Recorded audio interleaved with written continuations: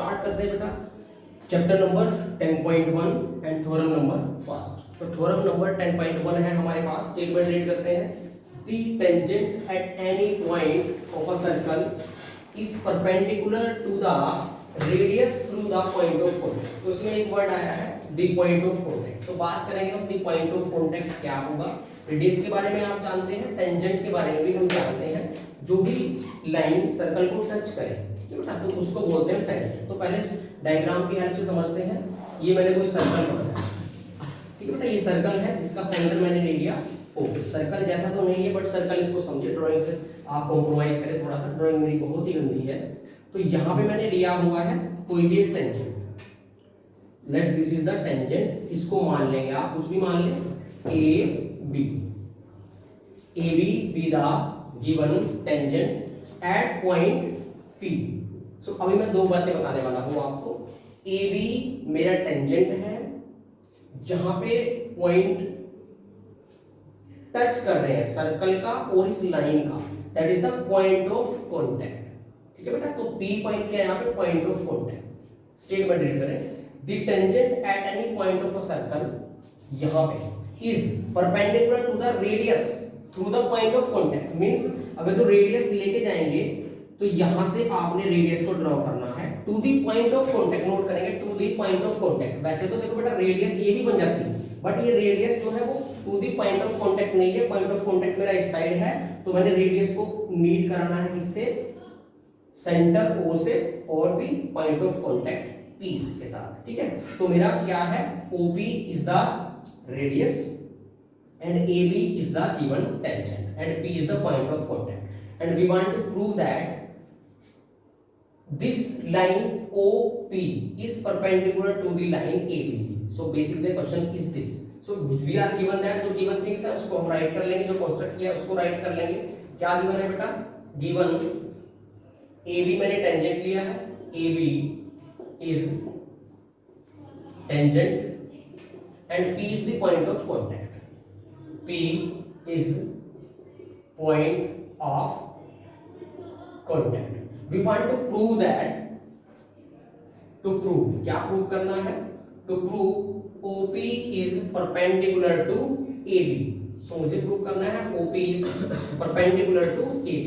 तो कैसे प्रूव होगी, देखो बेटा मुझे एक बात पता है, जब भी परपेंडिकुलर के केस में प्रूव करना है तो या तो आप ये प्रूव करें कि OP जो लाइन है वो लाइन ए बी के साथ में यहाँ पे ये एंगल 90 डिग्री क्रिएट करती है। ठीक है बेटा, या तो ऐसे दिखा दो कि एंगल बी पी ओ या angle A P O is of 90 degree, या तो आप ऐसे दिखाओ। या दूसरा वे क्या है, मैंने लोअर क्लासेस में पढ़ा है क्या कि बेटा अगर कोई पॉइंट है हमारे पास, ठीक है, जैसे कि मैं यहाँ पे पॉइंट कंसीडर कर रहा हूँ ओ से जो भी इस लाइन के ऊपर, अभी मैं लाइन सेगमेंट लेके चल रहा हूं उसको, कौन सी को, A B is the suppose our line segment and the question अब ये है कि बेटा यहां से आप ये चेक करें कि इस पॉइंट ओ से इस लाइन के ऊपर शॉर्टेस्ट डिस्टेंस कौन सी है।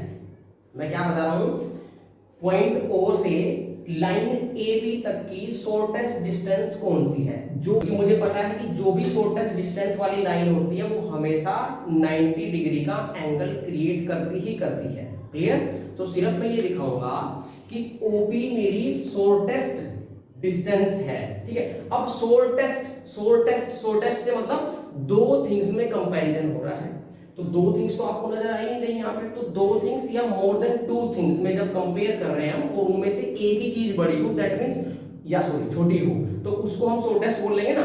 तो यहाँ पे आप किसके साथ कंपेयर करोगे, मैंने एक पॉइंट ले लिया बेटा लाइन सेगमेंट पे, इसको मैंने पॉइंट मान लिया सी। समझ पा रहे हैं आप, तो मैंने इसको ज्वाइन कराया, join O and C, join O and C. अब देखो पॉइंट ओ से इस लाइन सेगमेंट की डिस्टेंस जो ए बी लाइन की डिस्टेंस है वो ओ सी भी है। ऐसे में कोई और पॉइंट ले सकता था बेटा, मैंने ले लिया सपोज करो इस साइड में ले लिया डी, तो जो लाइन ए बी और ओ से डिस्टेंस है वो ओ डी भी रिप्रेजेंट कर रही है, ओ पी भी रिप्रेजेंट कर रही है। We can take as many as points from this line A B. So यहां पे मैं ले सकता था ई, तो वो भी डिस्टेंस रिप्रेजेंट कर रही है सेंटर ओ से और लाइन सेगमेंट तक की। तो मैंने बताया जो भी इन डिस्टेंसेस में सबसे शॉर्टेस्ट होगी वो लाइन हमेशा 90 डिग्री का एंगल बनाएगी। अब मुझे देखना है कि इन डिस्टेंसेस में कौन सी सबसे शॉर्टेस्ट है। क्लियर? उसको देखने का क्या तरीका है, देखो।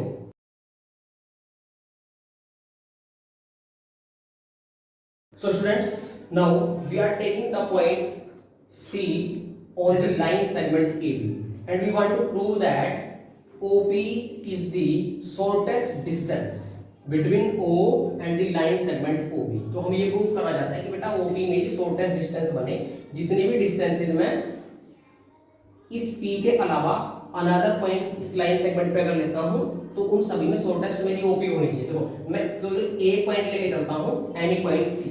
तो अभी आप मुझे रिलेशन बताएंगे कि OC और OP में क्या रिलेशन होगा। देखो तीन रिलेशन है, जो डिस्टेंस OP और डिस्टेंस OC है, मैंने तीन रिलेशन बताया उनको। या तो OC ग्रेटर होगी, क्लियर, या OC लेस होगी OP से, या OC और OP बराबर होगी। ठीक है बेटा? तो यहाँ पे क्या है, हम चेक करते हैं वन बाय वन कि इन तीनों में से कौन सा ऑप्शन सही है। देखो बेटा, पहले करते हैं हम OC इक्वल टू OP के साथ। अगर OC और OP इक्वल हुए तब तो हमें कुछ प्रूव ही नहीं करना। तब तो जैसे C पॉइंट के लिए किया, ऐसे मैं आर्बिट्रेरीली अगर D पॉइंट ले लेता तो OD और OP को भी मैं इक्वल मान के चलूंगा वहां पे। तो उस केस में मेरी OP ही क्या हो जाएगी, शॉर्टेस्ट डिस्टेंस हो जाएगी। अगर OP शॉर्टेस्ट डिस्टेंस होगी तो मुझे पता है कि जो भी शॉर्टेस्ट डिस्टेंस होती है वो परपेंडिकुलर बनाएगी ही बनाएगी लाइन AB के साथ में सेंटर O से। ठीक है? तो OC और OP अगर इक्वल हुए तब तो कुछ प्रूव नहीं करना। क्या ये समझ आया? तो ये तो आपका अगर हुआ तो ठीक है। अब हम दूसरे वाला केस लेके चलते हैं।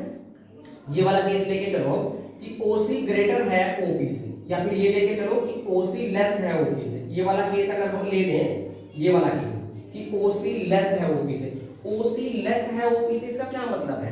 देखो बेटा, OP इसका मतलब जो C पॉइंट है ना वो यहाँ सर्कल के अंदर पड़ा हुआ है ना, क्योंकि OC लेस कह रहे हैं OP से। इस वाले केस में OC लेस है OP से। तो पहले ये बताओ, जो C पॉइंट होगा इस केस में वो कहाँ होगा, अंदर होगा ना सर्कल के, क्योंकि OP सर्कल की रेडियस है।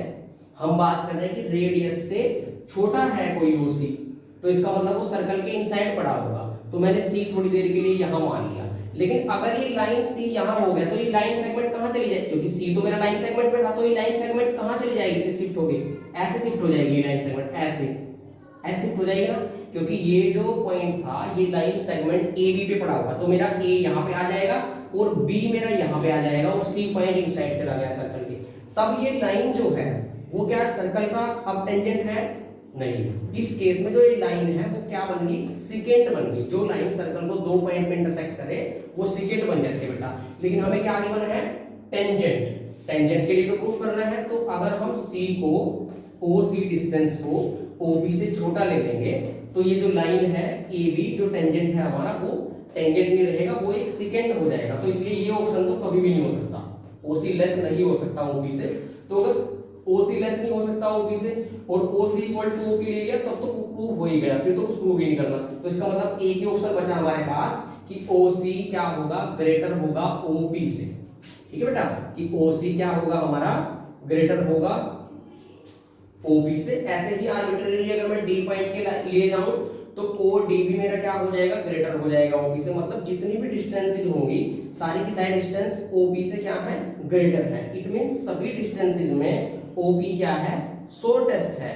तो जो भी शॉर्टेस्ट डिस्टेंस है जिस भी लाइन के थ्रू है वो लाइन OP इस लाइन AB के साथ में, इसका मतलब 90 डिग्री एंगल बनाएगी ही बनाएगी। ठीक है बेटा, तो यही हमें प्रूव करना था। तो आपने जस्ट यहाँ पे यही लिखना है, if we take OC less than OP then line ACB becomes the secant of the tangent, clear, and we are given that the line segment AB is the tangent, this is the contradiction। ठीक है, तो ये दो option eliminate हो गया। ठीक है, अगर we are taking OC equal to AP then there is nothing to prove।